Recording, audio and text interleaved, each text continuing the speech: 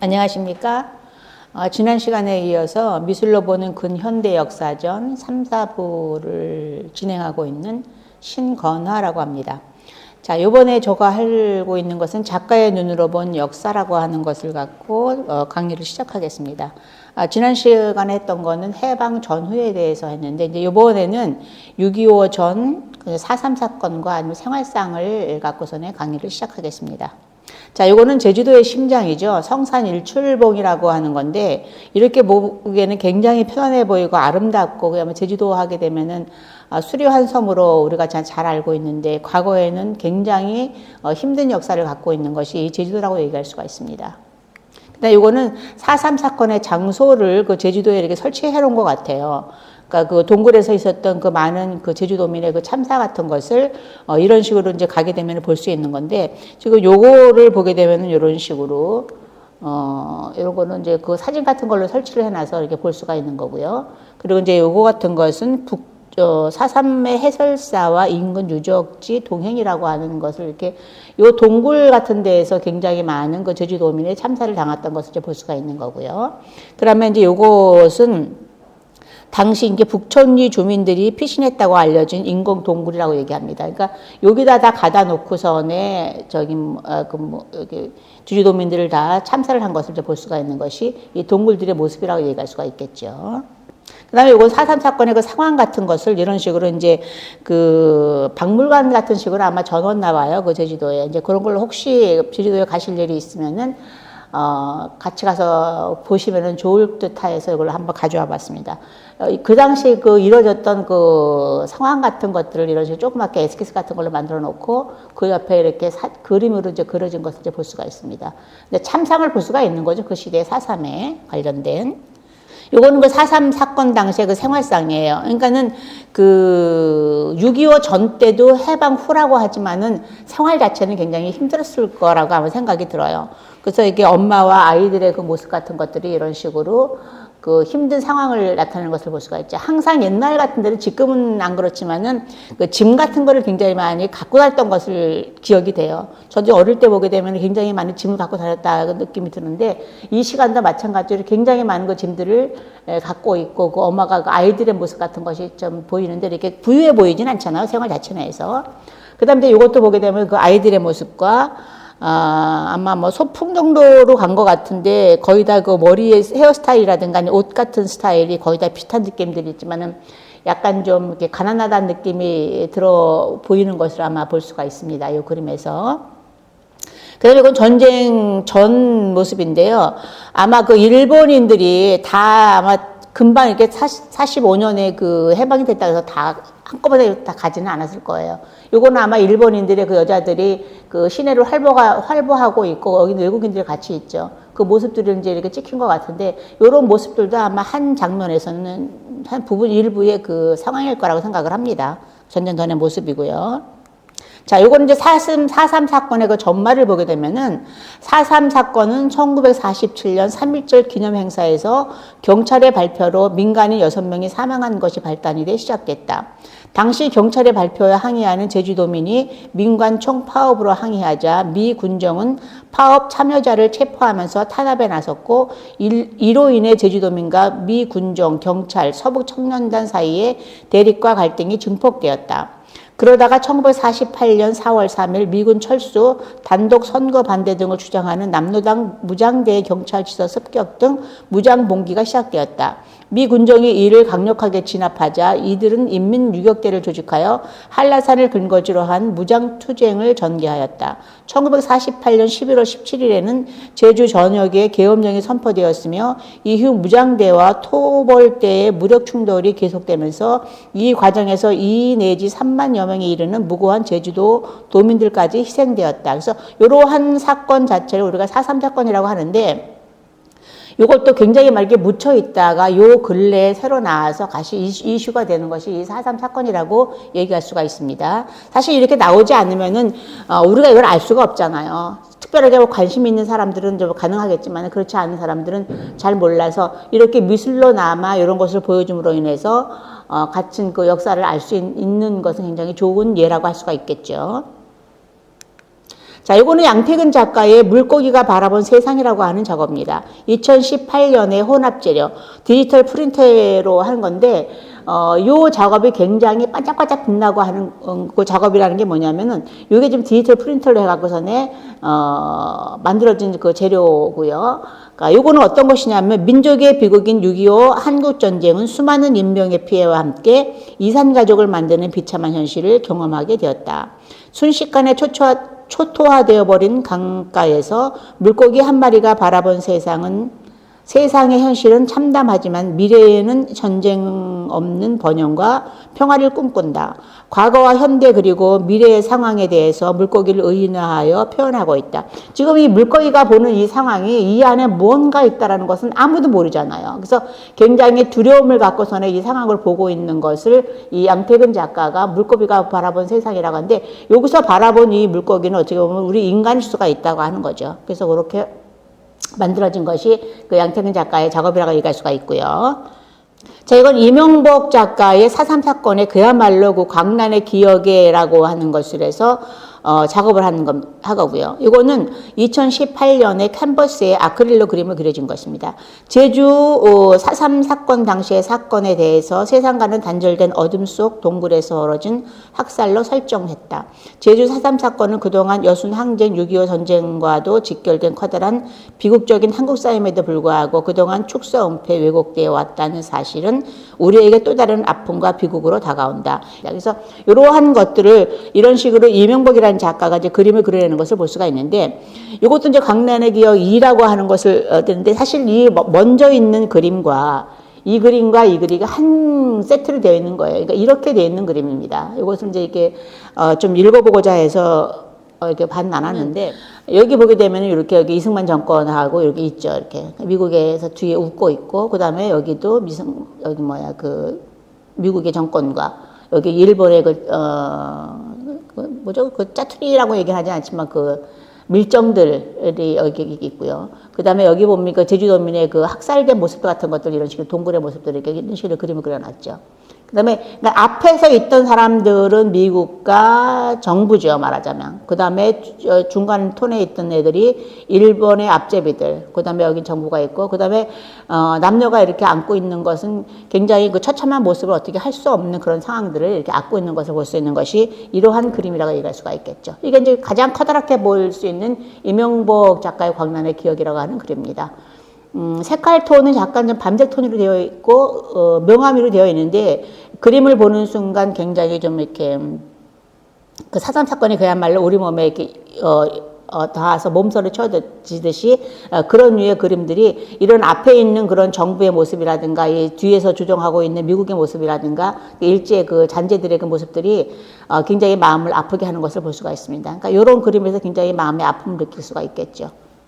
그런 것을 사실 밝혀진 지가 얼마 안 된 상태이기 때문에 많은 이들이 이러한 역사를 알아야 할 필요성이 사실 있습니다. 정확하게 아는 것이 역사이니까요. 그래서 이명복 작가가 굉장히 그 그림을 광란의 기억이라고 하는 그림으로 해서 우리에게 굉장히 많은 이슈를 좀 전해주고 있는 것 같습니다. 자, 그 다음에 이건 강요배라고 하는 여기 제주도 작가예요. 이 사람은 제주도에서 태어나가지고 제주도에서 작업을 하고 있는 작가인데, 그 제주도에 관련된 것을 굉장히 많이 그림으로 그리는 작가예요. 그리고 이 사람의 작가의 그 가장 기본적인 테마는 뭐냐면 바람이라고 하는 건데, 그 바람의 의미는 굉장히 많은 것을 볼 수가 있어요. 그러니까 거친 항쟁이라든가 아니면은 거칠게 살고 있는 우리의 민초들의 그 삶 같은 것을 대변하고 있는 것이 이 사람의 그림이라고 얘기할 수가 있고요.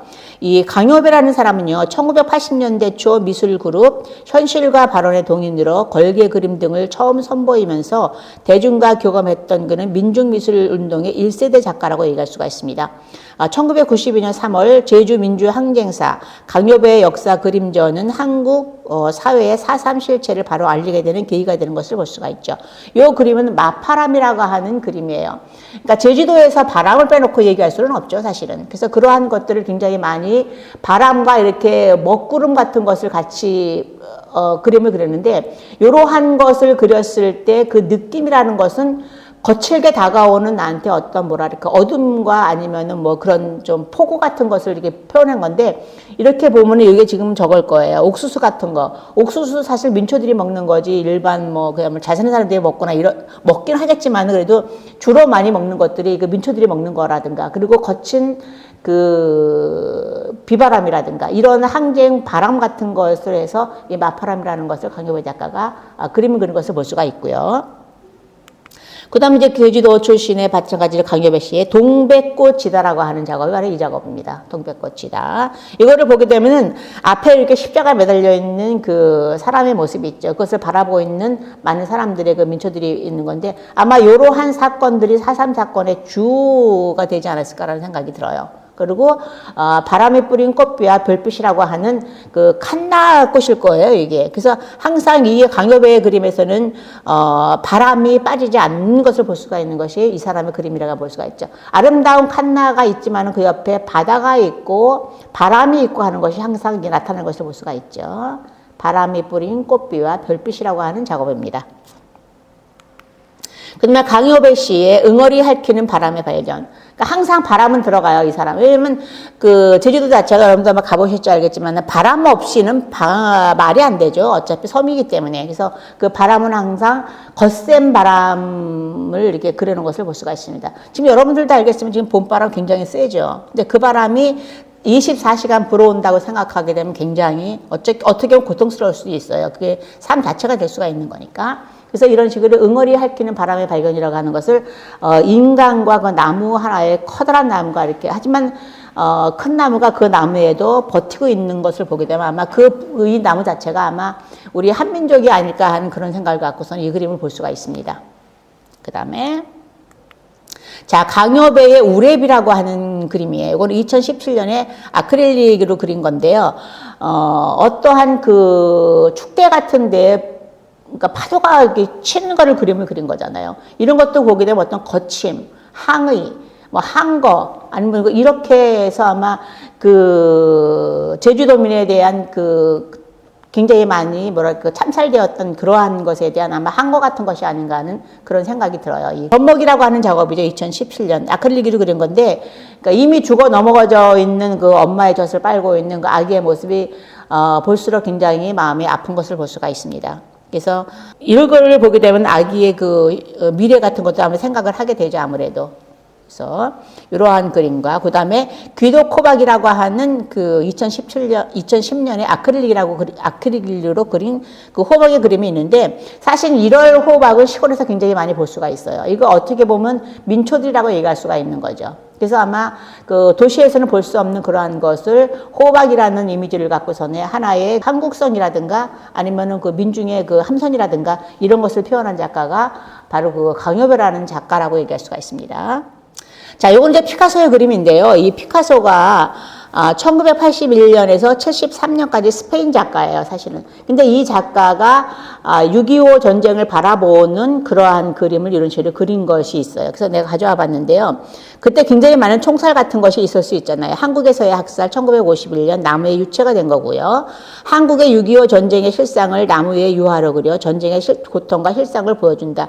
또 이 피카소라는 작가가 그 기른지카라고 하는 스페인의 내란을 또 그린 것이 있어요. 그래서 이런 식으로 이 피카소라는 작가는 그 슬픔과 그 내란이라든가 아니면 전쟁에 대한 고통 같은 것에 대한 것을 이미 알고 있기 때문에 아마 그 한국에 대한 그 이러한 전쟁도 아마 한 번은 조명해서 이런 그림이 나오지 않을까 하는 생각이 듭니다. 여기 총을 들고 있는 그 군대, 저거겠죠. 뭐 군인들이겠죠. 그래서 그 민초들이 이렇게 총을 맞고 있는 그러한 모습들을 피카소 식대로의 그림을 그린 것을 볼 수가 있습니다. 자, 그 다음에 이거는 4.3의 상징, 동백꽃의 상징, 이 동백꽃 자체가 4.3의 상징이라고 얘기할 수가 있습니다. 그러니까 동백꽃은 제주 4.3 사건을 상징하는 꽃이다. 동백꽃이 제주 4.3 사건의 상징꽃이 된 것은 제주 출신 서양 화가인 강효배 화백의 그림 동백꽃이다가 1992년 세상에 공개되면서부터이다. 4.3 사건 당시 제주 곳곳에서 소리 없이 희생된 이들의 모습이 꽃송이 채로 차가운 땅에 떨어진 동백꽃을 연상케 한다. 여러분들이 아마 동백꽃을 많이 보았죠. 겨울에 피어서 겨울에 떨어지는 꽃인데 아마 그러한 꽃송이가 차가운 땅에 떨어진 것을 그 동백꽃을 연상해서 아마 이러한 것이 그 상징으로서 그 4.3 사건에 그 만들어진 건데요. 이게 저희 기념비 조각으로 만들어진 거예요. 사실 이렇게 저 작업을 하는 작가가 최정환 하는 작가가 있는데 그 작가라고 확신할 수는 없어요. 이 작업 자체가. 그 이름이 안 나와 있더라고요. 제가 찾아보니까는. 그렇지만은 이렇게 동백꽃이 떨어진 모습이 그 4.3의 그러니까 그 젊은이들이 비참하게 이게 왜 땅에 떨어져 죽었잖아요. 이제 그러한 모습과 같이 맞닿아져서 아름다운 꽃이, 아름다운 청년이 이렇게 땅에 떨어져서 비참하게 죽어간 모습을 이런 동백꽃으로서 표현한 것이 그러니까 기념비적 조각으로서 제주도에 있는 어떠한 그 기념비적 뭐라 그럴까. 그 공간이 있다고 얘기를 합니다. 그래서 거기에 가면은 아마 이 꽃이 볼 수 있는 거라고 생각해요. 그러니까 4.3 사건의 70주년을 맞은 2018년 제주특별자치 차원에서 동백꽃 추모 배지를 지나게 배포하기도 한다고 합니다. 자, 그 다음 이제 4부에서 얘기가 되겠는데요. 이 4부는 6.25 이후의 그 생활상을 얘기할 수가 있습니다. 작가의 눈으로 본 역사. 자, 4부 들어가겠습니다. 자, 6.25 직후 그 생활상이에요. 그러니까 굉장히 바쁘게 돌아가는 모습들을 이제 볼 수가 있죠. 그 다음에 이것도 마찬가지예요. 항상 그 엄마는 아기랑 같이 있는 것을 볼 수가 있죠. 이런 식으로. 지금은 말도 안 되는 풍경이겠지만 요즘 10대나 20대들이 보기에는 이런 것들이 굉장히 뭐랄까. 좀 많이 보지 않은 그러한 풍경들이라고 볼 수가 있겠죠. 그리고 옷들도 있고 그 시대의 것과 6.25 전 단계라든가 그 후 단계에서 이런 식의 생활이 가능했던 거죠. 혹시나 왜 6.25가 터져갖고서는 부산으로 많이 피난을 갔었잖아요. 이제 그 당시에서 생활이 아마 이런 생활이 많이 이루어지지 않을까 하는 생각이 드는 것이 이런 사진이라고 얘기할 수가 있겠죠. 그 다음에 요거는 이제 그 6.25 당시에 굉장히 많은 그 사람들이 이제 굶어 죽는 일들이 굉장히 많았었는데, 이런 걸로 해서 이렇게 왜 그 배급을 나눠주려 하는 것들이 이렇게 있죠. 아이들이 이제 그릇을 들고 해서 이제 배급을 기다리고 있는 그런 모습들을 많이 볼 수가 있는 겁니다. 이거 굉장히 많은 뭐랄까 그 초가집 같은 거라든가 뭐 이런 메일 이런 것은 있네요. 이런 것들이. 이런 모습들을 보면 상당히 뭐랄까 좀 가슴이 찡한 느낌이 들어요. 아직 우리 같은 사람은 6.25를 겪은 세대가 아니기 때문에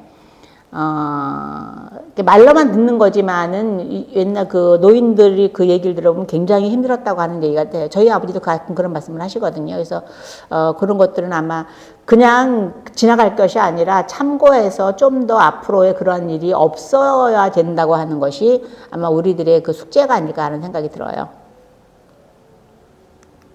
자, 이건 전쟁 직후의 모습이 봐서 이런 식의 모습이겠죠. 전쟁 직후의 모습은.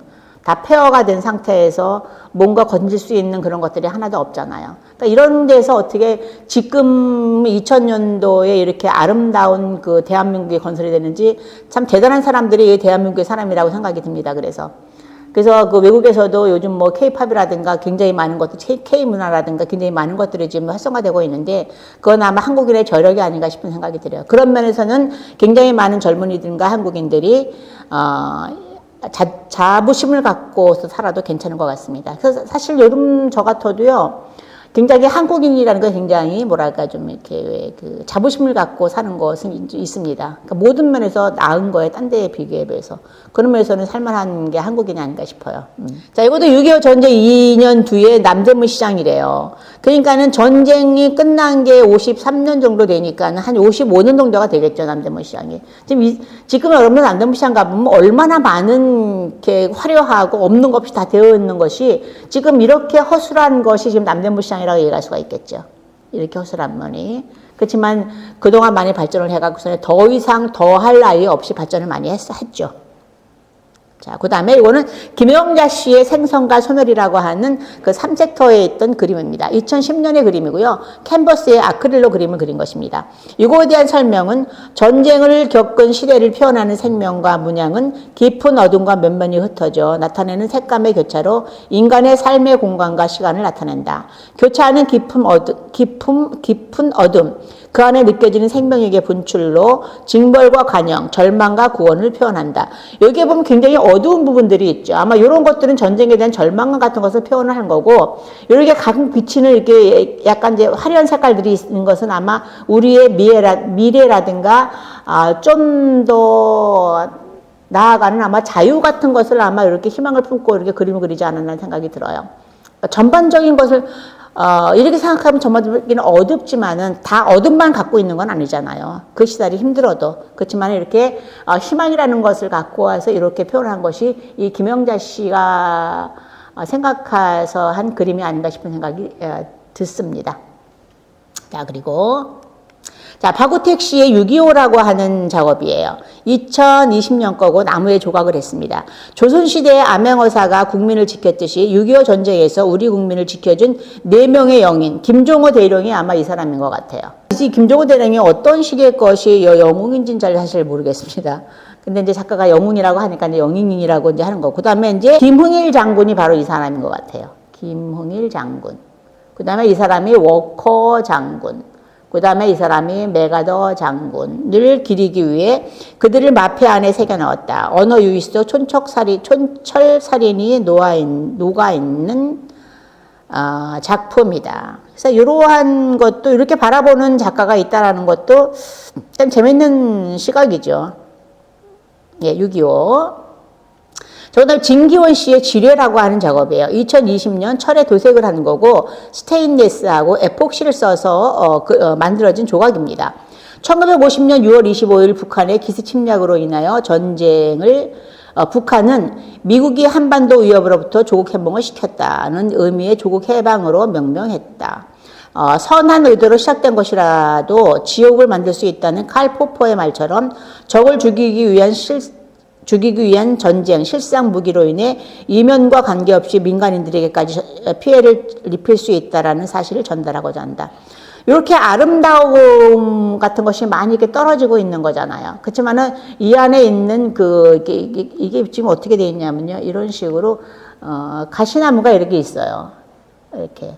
그러니까 쥐레 같은 것에 가시나무가 있다라고 해서 아름다운 것 안에 우리가 알지 못하는 위험 같은 것이 있다라고 하는 거잖아요. 이제 그러한 것들 이런 식으로 레진, 그러니까 FRP 같은 걸로 만들어서 아름답게 표현을 한 겁니다. 실제로 보기에는 굉장히 아름다운데 이 속에 들어가 있는 굉장히 뭐랄까 좀 이렇게 위험 같은 것을 도사리고 있다라고 하는 것이 이 사람의 그 테마가 아닌가 싶어요. 컨셉이 아닌가 싶습니다. 진기원 씨의. 그래서 이렇게 그림을 볼 수가 있겠죠. 이렇게 그림. 이런 식으로 처리할 수가 있겠죠. 근데 이러한 그 레진을 이걸 어떤 식으로 이렇게 했는지 뭐랄까 돌 같은 느낌이 드는 것을 굉장히 참 재밌게 잘했어요. 색깔 같은 것도 그렇고. 그거는 굉장히 그 젊은 작가인데 굉장히 그 뭐랄까 감각이 있다라고 얘기할 수가 있습니다. 이러한 조각들은. 자, 이건 최익진 작가라고 하는 최익진 씨의 작업입니다. 낙원도로가 하는 1951년 명동을 그림을 그린 건데요. 2003년에 혼합자료로 그림을 그렸습니다. 6.25 전쟁 이후 폐허가 되었음에도 불구하고 1951년 명동은 과거와 마찬가지로 여전히 젊은이들과 예술인이 찾는 거리였다.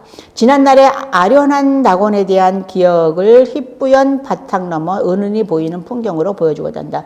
이러한 것을 완전 추상이라고 얘기할 수가 있겠죠. 사실 여기에 이러한 설명이 없으면 이게 뭔가 싶을 거예요, 사실은. 근데 이러한 설명으로 인해서 이 그림이 진짜 그 희뿌연 넘어서 옛날 그 과거에 대한 명동이라든가 그러한 것들을 이렇게 볼 수 있다라고 하는 거. 그러니까 여러분들이 현대미술을 보면은 가장 먼저 해야 될 일이 뭐냐면은 일단 그 작가가 무엇을 표현하는 거를 읽어보고 그림을 보게 되면 굉장히 많이 이해가 된다라고 하는 것입니다. 그래서 여러분들이 혹시 박물관이나 미술관 같은 거 갈 때 항상 현대 미술은 일단 작가가 무엇을 표현하는 것을 표현한 날을 읽어보고 그림을 보십시오. 그래서 이러한 것이 그 6.25 전쟁 때 모든 것이 폐허가 됐지만은 이 안에서의 그 명동의 그 자유로움이라든가 이러한 것을 표현한 것이 최익신 씨의 작업이라고 얘기할 수가 있습니다.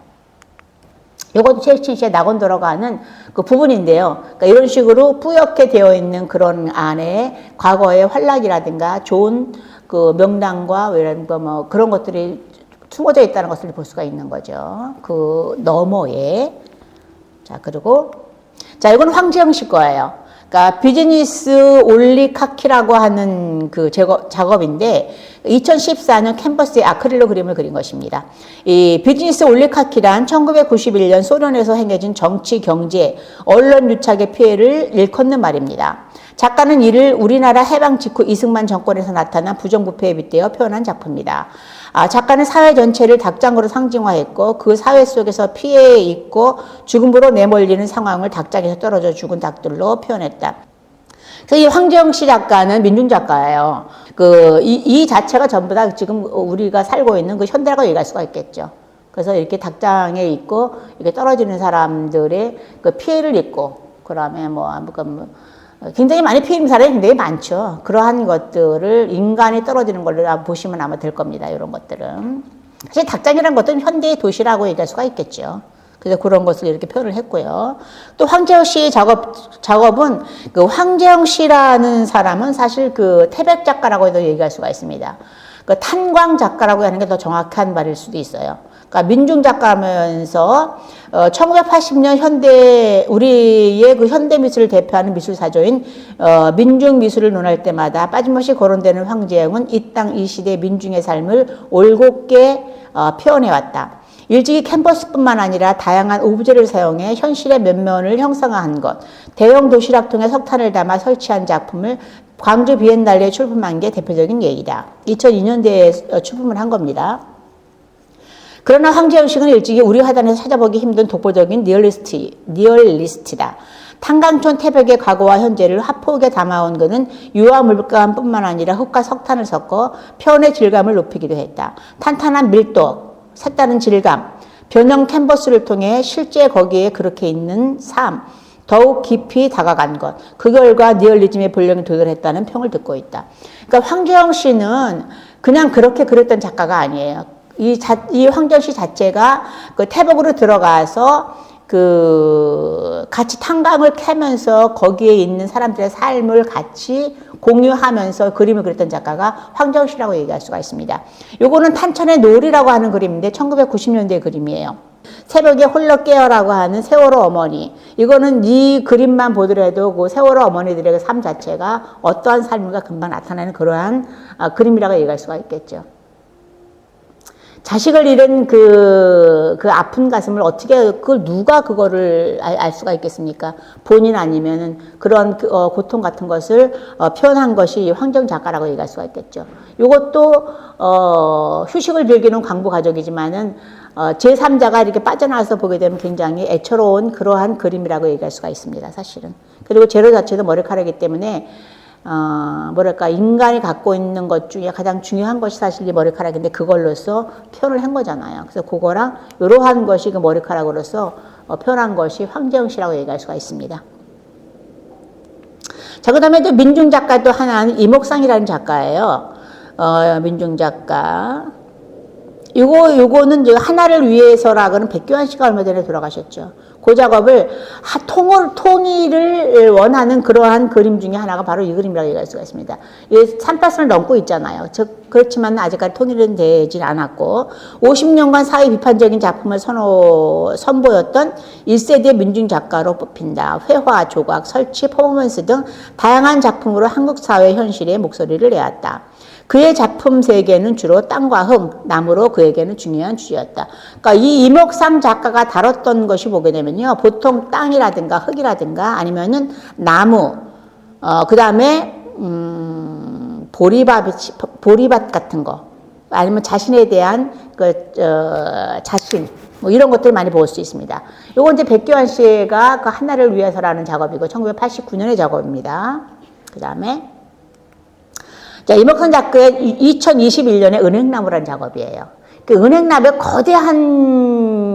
이런 거대한 나무는 영혼을 갖고 있죠. 그래서 그러한 영혼을 은행나무라고 하는 그거를 갖고서는 하나의 뭐랄까. 지금 이 은행나무는 거의 다 몇천 년 수령이 되기 때문에 아마 대한민국의 역사를 다 아우르고 있는 그러한 것을 아마 이 사람이 표현했을 거라는 생각이 들어요. 그 다음에 보리밭, 보통 이런 것들을 보통 이 사람이 자화상으로 많이 표현했었는데 이 보리밭이라고 하는 것은 우리가 어려울 때 먹던 그런 보리였잖아요. 5월달 정도 돼서 그때 그 표현을 이런 식으로 표현한 것을 볼 수가 있습니다. 민중에 대한 표현이라고 얘기할 수가 있죠. 83년에. 그 민중 미술은요, 한 80년대 시작이 돼갖고서는 한 두 가지 개념이라고 볼 수가 있어요. 하나는 정치적인 것을 부정부패에 대한 것이 하나 있고요. 하나는 민초들의 삶 자체를 다루는 것이 있는 것이 그 민중 미술이라고 얘기했다고 여러분들이 오케이 하시면 가장 간편할 겁니다. 자, 그리고 이목상의 대지를 볼 수 있죠. 대지하게 되면 어머니라는 느낌이 같이 많이 들죠. 그래서 이러한 것이 붉은 대지에 이렇게 와 산과 들판 같은 것이 전부 다 이 사람은 어머니로 이걸 봤어요. 대지라고 하는 것이. 사실 나 같으면 산 같은 것을 남성으로 보거든요. 그 다음에, 왜냐하면 이게 뭐라 그럴까. 이건 개인적인 생각이 사실은 어떤 상상력을 통해서 나오는 건데, 그 봄, 여름, 가을 같은 데 보면 이렇게 봄, 여름, 가을마다 색깔이 변하는데 보면 그 남성의 성장 같은 것도 같이 볼 수가 있거든요. 그래서 그런 식으로 보고 이것도 마찬가지로 이 이목상이라고 하는 사람은 이 평화 자체를, 우리나라 자체를 어머니라고 본 것을 볼 수가 있습니다. 사실 내가 한번, 거기가 어디죠? 저기, 구례에 가면서 거기 있는 산이 뭐죠? 구례에 있는 산이? 지리산. 가장 편한 산은, 그게 생각이 안 나라고. 지리산을 내가 한번 가서 이렇게 차를 타고 가면서 지리산을 바라보면서 음악을 그때 아마 베토벤 거를 들었을 거예요. 그래서 이게 바라보는데 그 느낌이 진짜 그건 엄마더라고요. 그 느낌이. 그래서, 산 자체도 어머니란 느낌이 그 품을 안아주는 그런 느낌이 있구나 하는 생각이 든 적이 한번 있던 기억이 있습니다. 그래서 이 이목상 작가는 이거를 아마 대지로 본 것이 아마, 잘 본 것 같네요. 역시. 자, 그 다음. 자, 이목상 작가 6.25 후에 김씨 일가라고 하는 작업인데, 요거는 뭘 하려, 이 백교환 씨 거도요, 요것도 보게 되면요, 요것도 저걸로 한 거예요.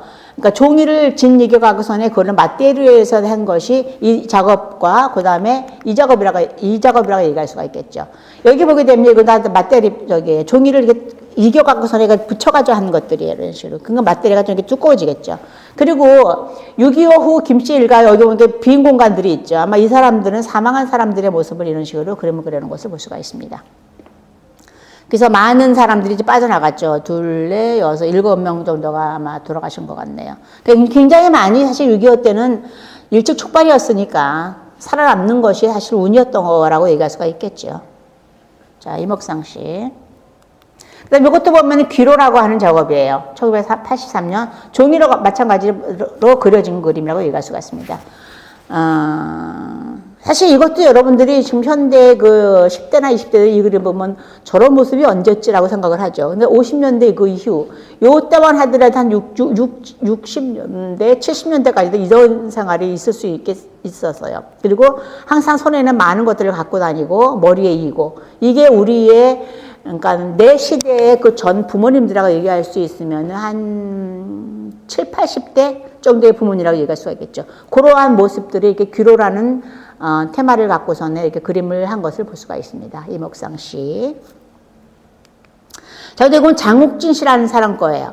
맑은 눈으로 원초의 세계를 응시하다. 산다는 것은 소모한다는 것이다. 모든 것을 죽는 날까지 그림 위에 써버려야겠다. 그러니까 이 사람은 굉장히 순박한 사람 중이에요. 그리고 자기의 그 안에 내재되어 있던 그 순박함, 아이의 모습, 나무의 모습, 그 다음에 새의 모습, 이러한 것들을 해서 그림을 그리겠다는 사람이 장욱진한 사람이라고 얘기할 수가 있습니다. 그거 굉장히 좋잖아요. 맑은 눈으로 원초의 세계를 응시하다. 1917년에 태어나서 1990년에 돌아가신 분이 장욱진이라는 사람이에요. 가족이나 나무, 아이, 새 등의 일상에서 흔히 볼 수 있는 소박한 소재들을 주로 그렸다. 자연 사물들을 그대로 재현하는 것이 아니라 사물 안에 내재되어 있는 근원적이고 정신적인 본질을 추구하였다. 그러기에 화가의 작품은 단순하면서도 대담하다. 여기 보게 되면 굉장히 대담한 느낌이 들겠죠. 어떻게 이런 나무를 이렇게 쭉 해서 거기다가 이렇게 그림을 그려놓는 참 뭐랄까 좀 상상력이 굉장히 많았던 분 같아요. 그리고 굉장히 순박한 것이 뭐냐면은 이렇게 큰 나무에 이러한 식의 그림을 그렸다는 것이 이렇게 쉬운 일이 아니거든요. 사실은 다 생각은 할 수 있지만은 이런 식으로 직접 옮기는 분이 이렇게 많지는 않아요. 그리고 여기 보게 되면 소가 있고 강아지가 있고 한 식구가 있잖아요. 근데 이게 담대하게 단순하면서 아주 보기 편안한 그러한 그림을 그렸던 사람이 이 장욱진이라는 작가예요. 굉장히 순박한 그림입니다. 그 다음에 이것은 뭐냐면 자화상이라는 그림인데 얼뜻 보기에 요거를 보기는 빈센트 반 고흐의 그 까마귀가 날고 있는 그 들판이라고 하는 그림과 색깔과 비슷하죠. 근데 그게 왜냐면은 이게 좀 노란 색깔이라 그래요. 그렇지만은 이 사람이 좀 틀린 것은 뭐냐면 여기에 이렇게 길이 나 있죠. 이건 아마 자신의 길일 겁니다. 이 자화상이 그러니까 거기에 강아지가 쫓아오고 있고 누런 들판에 자기의 길과 하늘과 구름과 나무가 있잖아요. 그래서 새가 있는 이러한 것이 자기네 아마 삶 자체를 그린 게 아닌가 하는 생각이 드는 것을 볼 수가 있습니다. 자화상 1951년의 작업입니다. 장욱진 씨의 그 풍경이라는 작업이에요. 1980년대의 작업입니다. 이 사람의 그림을 보면 산과 이렇게 뭐 달과 요건 해 같네요. 그죠? 그 다음에 이렇게 나무와 커다란 나무와 그 새가 항상 들어가 있어요. 그 다음에 뭐 인간이죠. 가장 많이 볼 수 있는 거. 자신이 될 수가 있는 거고. 그 다음에 항상 또 이렇게 강아지가 들어가 있고, 그 다음에 집이 있고, 냇가가 있고, 이런 식이 있고. 그러니까 이런 식으로 자기 주위에서 가장 근접해 있는 그런 것을 단순하면서 아주 그 유화적인 스타일로 그림을 그렸던 사람이 이 사람이 아닌가 싶습니다. 자, 그 다음에 장욱진 씨의 그림과 삶이 일치하는 작가라고 얘기할 수 있어요. 그러니까 이 사람의 그림을 보게 되면은 삶이 곧 그 사람이 녹아나와 있는 것이 이 사람의 그림이라고 얘기할 수가 있는 것이 이것이 뭐냐면 나룻배라고 하는 작업이에요. 51년에 나룻배를 타고 한 가족이 어떻게 어디를 뭐 이사를 가는지 아마 가고 있는 것을 이제 볼 수가 있는 거죠. 그러면서도 눈, 코, 입은 그리지 않았어요. 근데 중요한 건 아니잖아요. 그 어떤 인체에 대한 이미지가 중요한 거지. 그렇게 여기 그 소 이러한 것이 이렇게 움직임을 나룻배라고 하는 것을 통해서 이렇게 그림을 진 것을 볼 수가 있고요. 그다음에 그 옆에 있는 것이 무지의 1988년의 그림인데 전반적인 느낌으로 이렇게 얘기하면 좀 뭐긴 하겠죠. 미로의 그림이 이런 류의 것이 그리는 것이 있는 게 있어요. 어떻게 딱 보면 미로 느낌도 딱 들긴 하지만은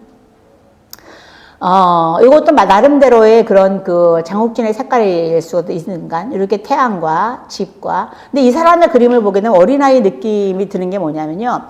요게 지금 태양이면 위에 가서 있어야 되는데 밑에 가서 있잖아요. 그거에 대한 신경을 쓰지 않고 그냥 자기가 좋은 대로 느낌대로 그림을 이렇게 집을 그려놓고 길을 항상 그려놓고 나무를 그려놓고 그 다음에 여기 집을 그려놓고 이런 식으로 그렸던 것이 이 사람의 그냥 왜 그 삶 자체이고 단순하면서도 그렇게 그렸던 사람이 장욱진 작가라고 하는 그러니까 이 말이 딱 맞아요. 그림과 삶이 일치하는 작가가 바로 이 작가라고 얘기할 수가 있습니다.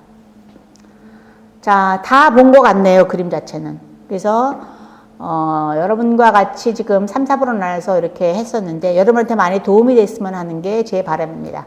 자, 감사합니다. 여기서 끝나겠습니다.